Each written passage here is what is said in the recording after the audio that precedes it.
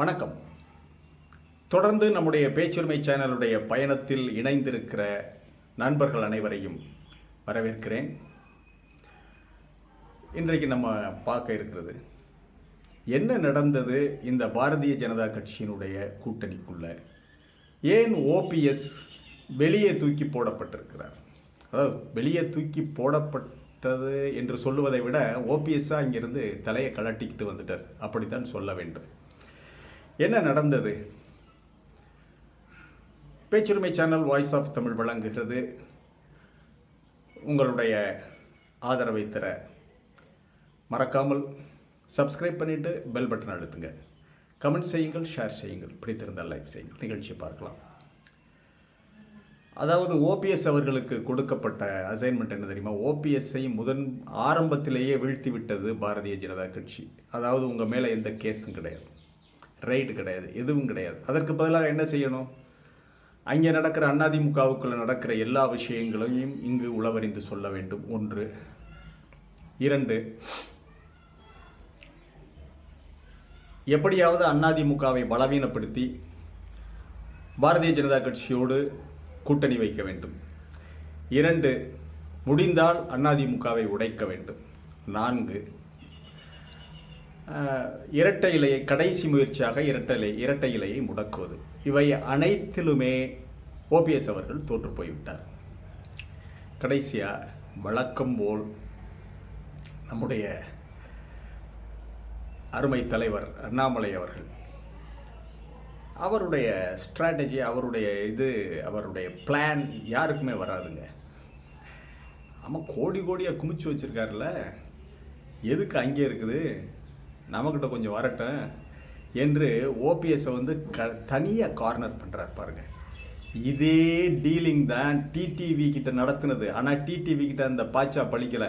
தம்பி, நாங்கள் அதெல்லாம் ஜெயிலெலாம் பார்த்துட்டு வந்துட்டோம், திகாரில் நீங்கள் எங்களை வச்சு கழி போட்டதெல்லாம் தெரியும் எங்களுக்கு, இப்போ என்ன வேணும் உங்களுக்கு? சரி, ஒரு தொகுதி கொடுங்க, இவ்வளோ வாங்கிக்கிறங்க, 10ஓ 20ஓ வாங்கிக்கிறங்க, அந்த இதுக்குள்ளே சரி 2ஆ வாங்கிக்கிறங்க, 1க்கு 1 இலவசம், சரிண்ணே 2ஆ வாங்கிக்கிட்டு இவ்வளவு கொடுங்க என்று பேரம் கச்சிதமாக முடிந்து விட்டது. அவர் எதிர்பார்க்கல. அவர் 1 தான் சொல்லியிருந்தார், மேடைக்கு வாங்க, Kovai road show, Kanniyakumari show, அதுக்கு ஃபண்டு, அதெல்லாம் எனக்கு நடக்காது, இவ்வளவுதான் ஒரு தொகுதிக்கு அப்படின்னு சொன்னதை அதன் பிறகு அவர் 2 தொகுதியாக கொடுத்து அவரை சரி பண்ணிட்டாங்க. இதில் நீங்கள் என்ன கவனிக்க வேண்டியது, வாசனுக்கு கடைசி வரை தொகுதி ஒதுக்கவே இல்லை. அதுதான் அண்ணாமலையுடைய ஸ்ட்ராட்டஜி பாருங்க. வாசனுக்கு தொகுதியை ஒதுக்கலாங்க. அவர் அப்படியே ஒரு ஸ்டோர் கீப்பர் மாதிரி, ஒரு ஸ்டோர் மாதிரி வச்சிருக்காரு, ஒதுக்கி வச்சிருக்காரு. கடைசி வரை வாசனுக்கு ஒதுக்கலை. ஏதோ கேம் நடக்குது. ஓபிஎஸ் எப்படி இவர் டீல் பண்றாரு தெரியுமா? ஓபிஎஸ் ஒரு வளவளா கொலகொலா டிடிவி மாதிரியெல்லாம் அவருக்கு கட்டுது வெட்டு 1 துண்டு 2 பண்ண தெரியாதுன்னா என்ன? டிடிவி அதாவது அவர் ஜெயிலுக்கெல்லாம் போயிட்டு வந்துட்டார்ல, எல்லாத்தையும் பார்த்துட்டார். அவர் ப்ளசன்ட் ஸ்டே ஹோட்டல் வழக்கு, வெளிநாட்டில் இருந்து டாலர் வந்தது, அந்த வழக்குகள், இன்கம் டேக்ஸ் வழக்குகள் நிறைய பார்த்துட்டாரு. இரட்டலை வழக்கில் உள்ளேயும் திகாருக்கும் போயிட்டு வந்துட்டார். அதனால் அது போங்கடா, நான் எல்லாத்தையும் பார்த்துட்டேன், எனக்கு என்னடா இது பண்ணுறீங்க, எனக்கு சர்வைவல் ஆகணும், கட்சிங்கிற ஒன்று இருக்கணும் எனக்கு அப்படிங்கிறதோட அவர் கட் அண்ட் ரைட்டான மனுஷன் கரெக்டாக இருந்துக்கிட்டார். ஆனால் ஓபிஎஸ் ஒரு வளவளா குலகுலா. அவர் இன்றைக்கு வரைக்கும் எந்த ஒரு பெரிய இதுலையும் மாட்டிக்கிறல அவர்.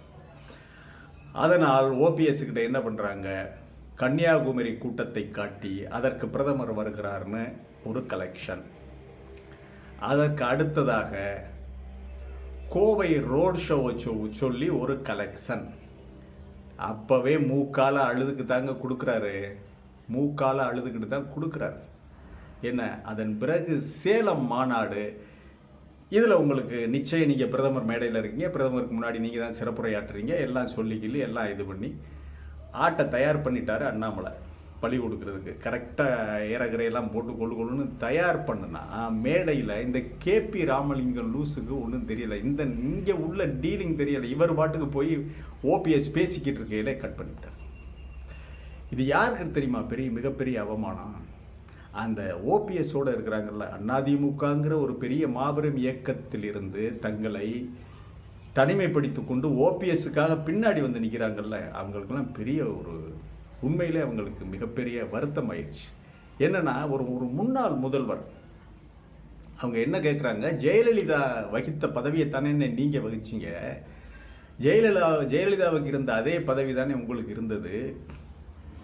அப்ப ஜெயலலிதா பேசிக்கிட்டு இருக்கையில நீ அவங்க போய் தனியை நடுவை எவனாவது கட் பண்ணிட்டு நிறுத்திட்டு சொல்றதுக்கு எவனுக்காவது தைரியம் இருக்குமா? அம்மா ஒரே அரைஞ்சிருக்கும் என்ன, எவனுக்காவது தைரியமா போவான பக்கத்துல? அப்ப நீங்க என்ன இலக்காரமா? நீங்களும் ஜெயலலிதா மாதிரி ஒரு முதல்வராக இருந்தவர் தானே, உங்களை எப்படி நான் தள்ளி விடலாம்? இப்பவே இப்படி பண்றாங்களே, நாளைக்கு எப்படி பண்ணுவாங்கன்னு சொல்லி கொதிச்சுட்டாங்க. அவங்க வீட்டில் அவங்களுடைய ஆபீஸ்ல எல்லாத்துலேயும் கொதிச்சுட்டாங்க சார்.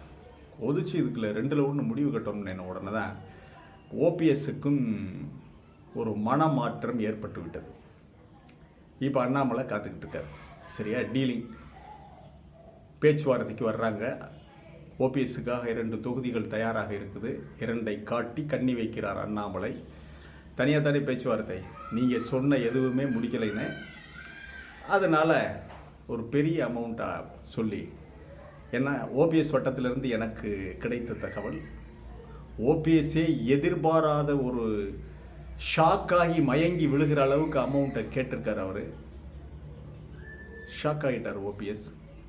என்னையா நம்ம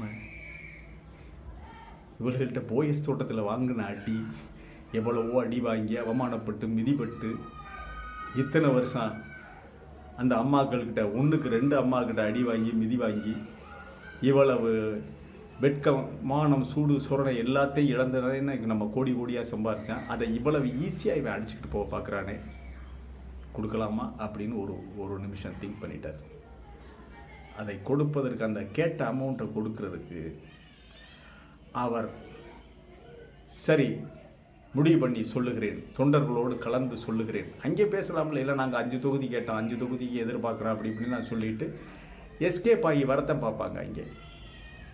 ஆகவே நான் தொண்டர்களிடம் பேசிவிட்டு வருகிறேன் என்று வந்தவர் இந்த மாதிரி விஷயத்தை பகிர்ந்திருக்கிறார். தனக்கு மிகவும் நெருங்கியவர்களிடம் கேட்ட அமௌண்ட் இதெல்லாம் சொல்லியிருக்கார்.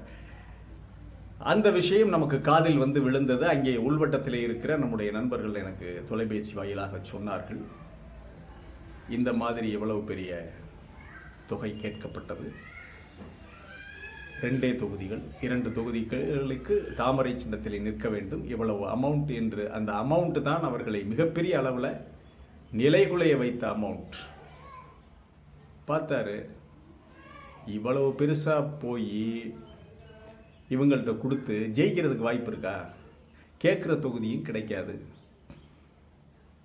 அதனால என்ன செய்யலாம், தட்டி கழித்து விடலாம் உங்களுக்கு ஆதரவு அப்படின்னு சொல்லிட்டு இப்போ ஓபிஎஸ் உடைய நிலை,